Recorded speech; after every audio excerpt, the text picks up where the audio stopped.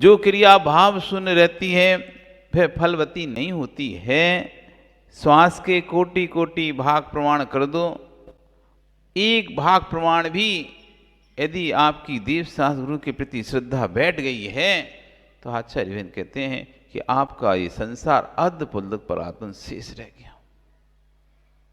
अर्धपुद्गल परिवर्तन शेष है मतलब इतना संसार था जिसका कोई अंत नहीं था, वो संसार अंत को प्राप्त होने वाला है।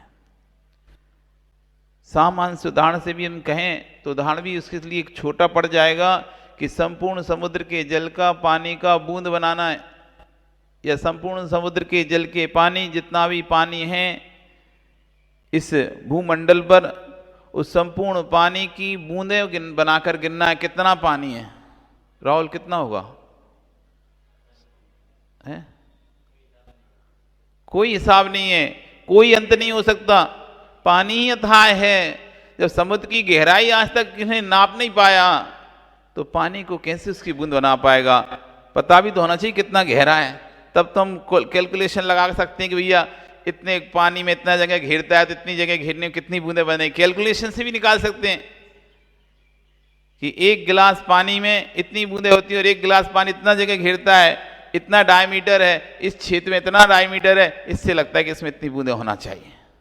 पर जिसकी था ही नहीं, गहराई पता नहीं है, चौड़ाई जिसकी पता नहीं है, गहराई जिसकी पता नहीं है, तो आप उसका क्या हिसाब लगा पाओगे?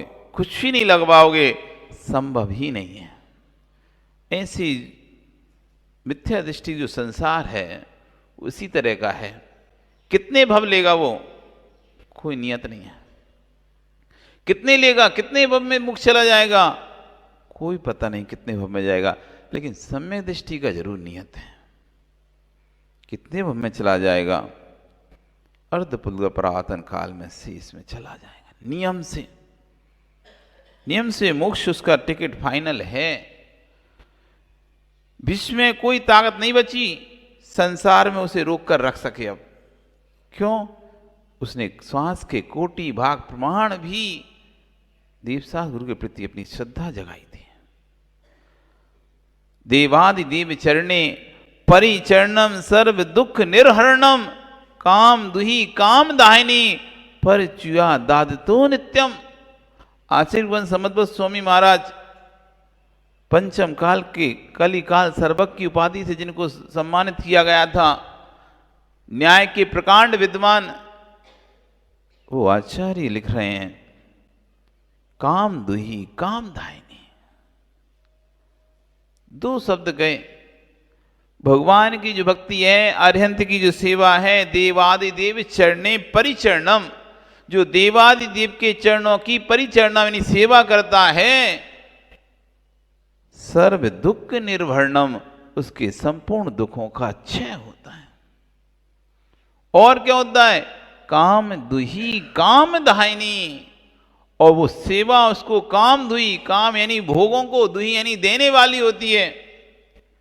जो भगवान की सेवा है उस श्रावक के लिए भोग प्रदान करने वाली होती है, काम दाहिनी, और उसके संसार के संताप को नष्ट करने वाली होती है। भुक्ति मुक्ति दातार 24 जिन राजभर। भुक्ति मुक्ति दातार, जो भगवान की सेवा है वो भुक्ति भी देती है और मुक्ति भी देती है। आजकल लोग बदल के पढ़ने लगे, उन्हें भुक्ति बोलने में कष्ट होता है तो भक्ति मुक्ति कर दिया उन्होंने। भक्ति नहीं है वो, भुक्ति ही है।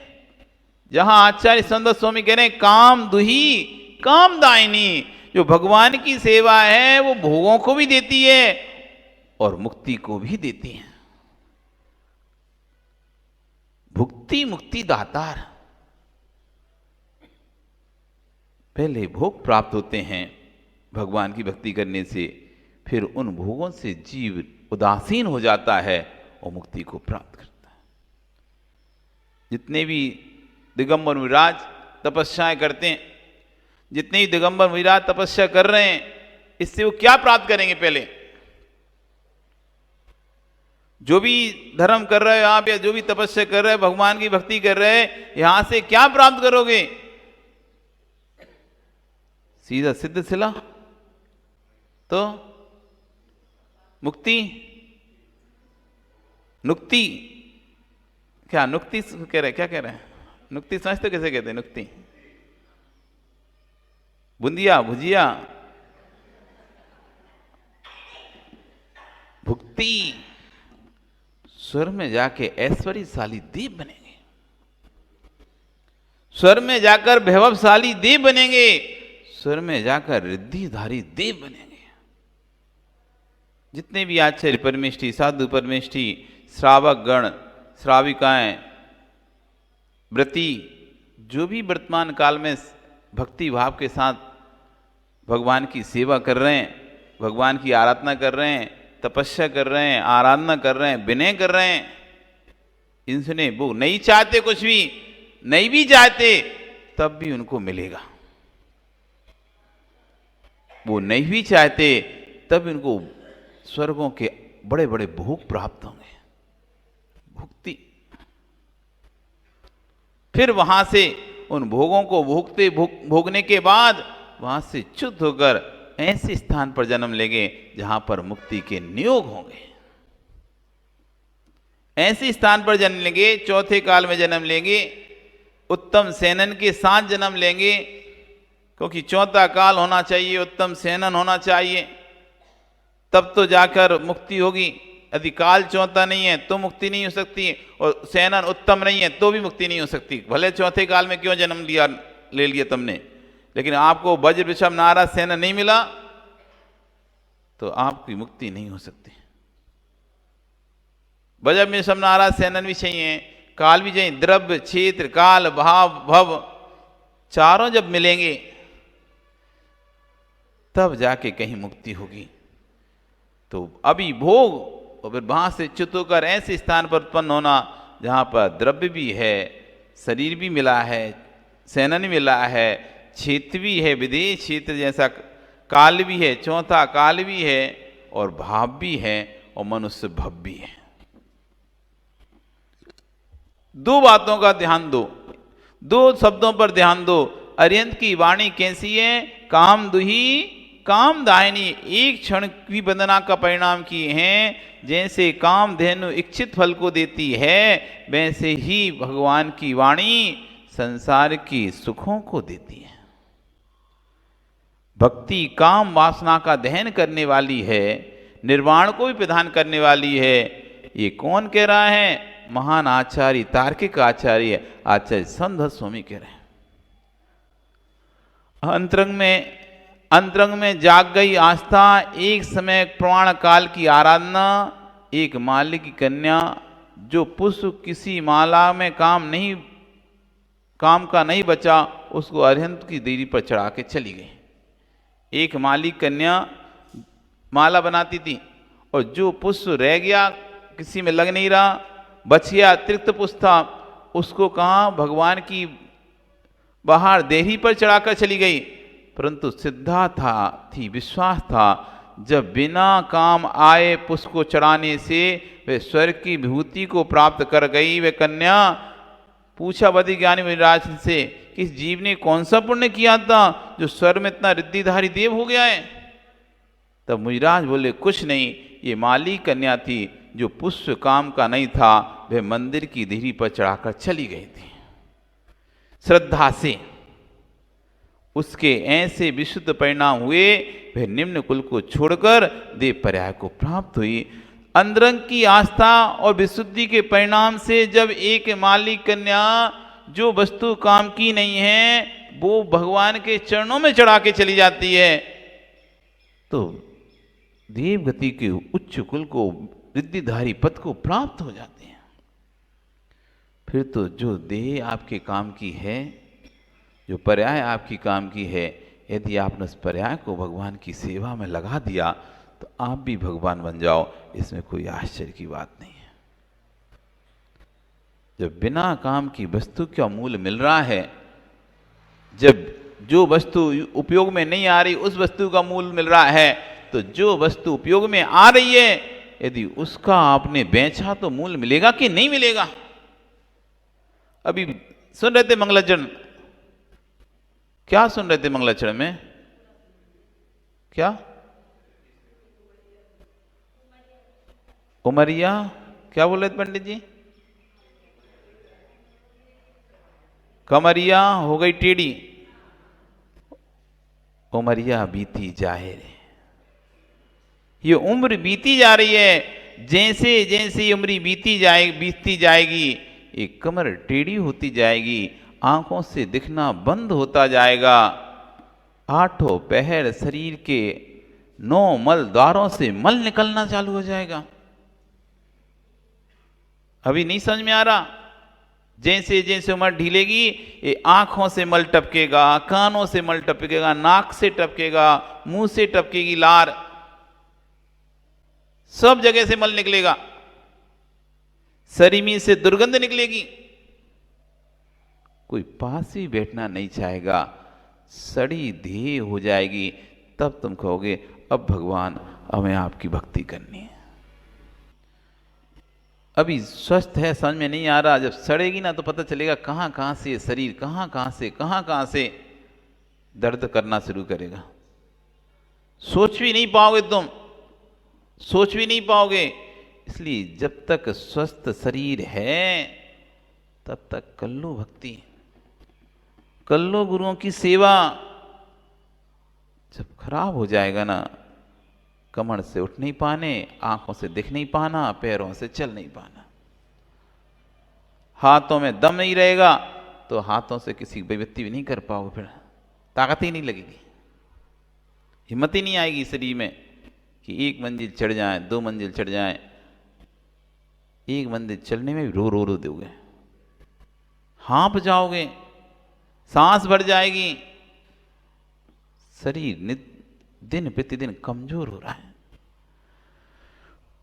आत्मा की जब जो परिणति होती है चौं ओर से जगत से भिन्न होती है। आत्मा की जो परिणति है, अंतरंग परिणति है, चारों ओर की जगत की बातों से भिन्न है। वो आत्मा की परिणति लबालब श्रद्धा से भरी है, चाहने से मिलता नहीं, जो पुण्य करके आए थे उससे ही मिला है, वस्तु व्यवस्था व्यवस्थित है, उसे निज स्वरूप की दृष्टि, वस्तु व्यवस्था व्यवस्थित है, स्वसमयी जो जीव है उसको जगत में कुछ नजर आता नहीं, संसार के व्यापार में भी उसे निज स्वरूप की दृष्टि झलकती है। जो स्वसमयी दृष्टि है, सम्यक दृष्टि जीव है, वो व्यापार करते करते भी अपनी आत्मा के विषय में सोचता रहता है। जो परसमयी मिथ्या दृष्टि है वो धर्म करते करते भी अपने व्यापार के विषय में सोचता है। जैसे कि आप कहीं जाएं, चाहे भले शादी में भी जाएं किसी के, यदि आप व्यापारी हैं तो वहाँ भी देख लेंगे, कोई जाते जाते दुकान दिख जाएगी ना आपकी, जो व्यापार आप करते हैं उसकी दुकान दिख जाएगी ना, तो एक बार जाके पूछ भी आओगे भैया ये रेट सामान की क्या रेट चल रही है यहाँ पे। व्यापार करने जाते हैं, मतलब शादी करने भी जाते हैं, मेहमान रिश्तेदार यहाँ कहीं निकल रहे हैं, आप घूमने निकले थे और वहीं वो सामने वो दुकान दिख गई बड़ी सी, जिस वस्तु का आपका व्यापार है, तो आप सोचते हैं चलो अब आए तो हैं, पूछ ले रहे कहीं अपने को पड़ता में पड़ जाएगी तो अपन यहाँ से भी माल रख के ले जाएंगे, बस तो आई यही शादी की। तो सब पकड़े, कई लोग ब्याह शादी में जाते हैं, माल खरीद के उसी बस में डाल देते हैं, पड़ा रहेगा अपना क्या है, आई तो थी बस, घूमने गए थे, दर्शन करने गए थे, कहीं भी गए थे और उन्हें दिख गया माल, उन्हें भरवा लिया। व्यापारी जो रहता है हर जगह व्यापारी दृष्टि रखता है, कहीं भी जाता है सोचता है चलो अपन देखें तो कम से कम हमारे यहाँ इस वस्तु की ये रेट चलती है, यहाँ क्या रेट चलती है इस वस्तु की, यहाँ क्या रेट में बिकता है माल, और पूछ ही लेता है। और उसको यदि लगता है अरे यहाँ तो बहुत सस्ते में, या तो खरीद लाता है, ऑर्डर कराता है, या कुछ सोच लेता है अगली बार मैं अब आऊंगा तो ये से ही लेके जाऊंगा।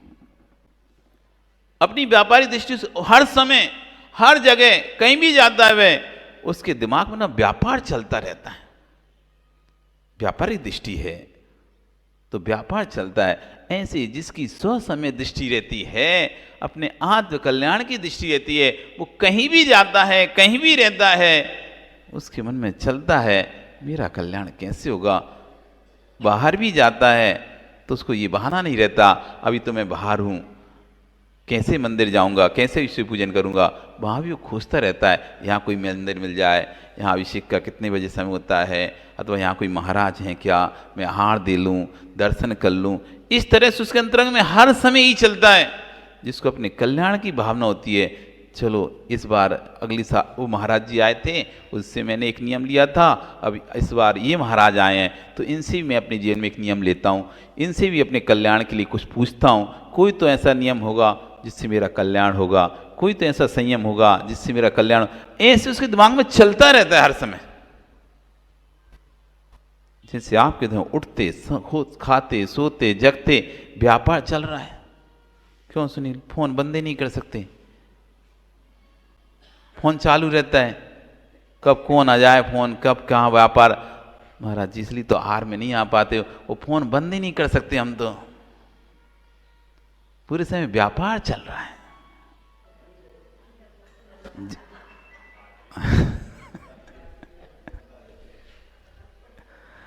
व्यापार स्वार्थ दृष्टि का वेदन नहीं हो रहा है, संसार के व्यापार में भी उसे निस्वरूप की दृष्टि झलकती है। यदि स्वार्थ दृष्टि का वेदन नहीं हो रहा है तो प्रत्येक क्रिया करते समय तो सम्यक दृष्टि नहीं है। मार्ग में चलते चलते पथिक को मार्ग में खड़ा हुआ पुरुष चलता दिखाई देता है, परंतु वह चल रहा है कि खड़ा है? जो चल रहा है वह खड़ा है, पैर चल रहे हैं, पथ तय कर रहा है, परंतु भाव खड़े हुए हैं। यहाँ आप आचार्य ने कहा है, आप खड़ी वंदना कर रहे, बैठी वंदना कर रहे, खड़े भाव है, बैठे भाव है, खड़ी पूजा है, बैठी पूजा है, मतलब शरीर से खड़े नहीं, शरीर से बैठे नहीं। हो सकता है शरीर से बैठे हो भावों से खड़े हो, शरीर से खड़े हो भावों से बैठे हो। कैसा है? पैर चल रहे हैं, पथ तय कर रहा है, परंतु बिना खड़े चल नहीं सकता। जहां उसे जाना है वहां स्थिर है, वह स्थान स्थिर है, उसका साधुत स्थान अस्थिर हो जाए को पैर चलेंगे कैसे? आचार्य भगवान कह रहे हैं जहां आपको जाना है वो स्थान स्थिर है, आपको ही चलना पड़ेगा। यदि स्थान चलने लग जाएगा तो आप कभी स्थान पर नहीं पहुंच पाओगे। आपको अपने घर से मंदिर आना है, मंदिर स्थिर है तब तो आप चलकर मंदिर तक आ जाओगे। यदि मंदिर भी आगे आगे चलेगा और आप भी आगे आगे चलेंगे तो कौन कहां पहुंचेगा? कोई कहीं नहीं पहुंचेगा। उसका साधुत स्थान अस्थिर हो जाए, जो साधुत स्थान था मंदिर, यदि वो अस्थिर हो जाएगा तो वह कभी भी मंदिर में नहीं पहुंच सकता। अपने साधुत स्थान को पहले स्थिर करना पड़ेगा। ऐसे ही आपको अपने मन को पहले स्थिर करना पड़ेगा कि मुझे आखिर करना क्या है। एक सूत्रीय कार्यक्रम बनाना पड़ेगा, एक सूत्रीय, मुझे अपना कल्याण करना है कि नहीं करना, सीधा सीधा है। यदि कल्याण करना है तो फिर मुझे उस हिसाब से चलना पड़ेगा, नहीं करना तो फिर मैं जो कर रहा हूं वो करना पड़ेगा। एक सूत्रीय कार्यक्रम जब तक स्थिर नहीं होगा, निर्णय नहीं होगा, साधक का लक्ष्य का निर्णय नहीं होगा। अभी हमारा लक्ष्य निर्णय ही नहीं है, हमें अपना कल्याण करना है कि नहीं करना है। आपको करना है कि नहीं करना? हमें तो करना है, हमने तो अपना लक्ष्य निश्चित कर लिया, करना है और उसके लिए चल दिए, चल पड़े, चल पड़े, मार्ग पर चलना शुरू कर दिया है। आपको करना है क्या?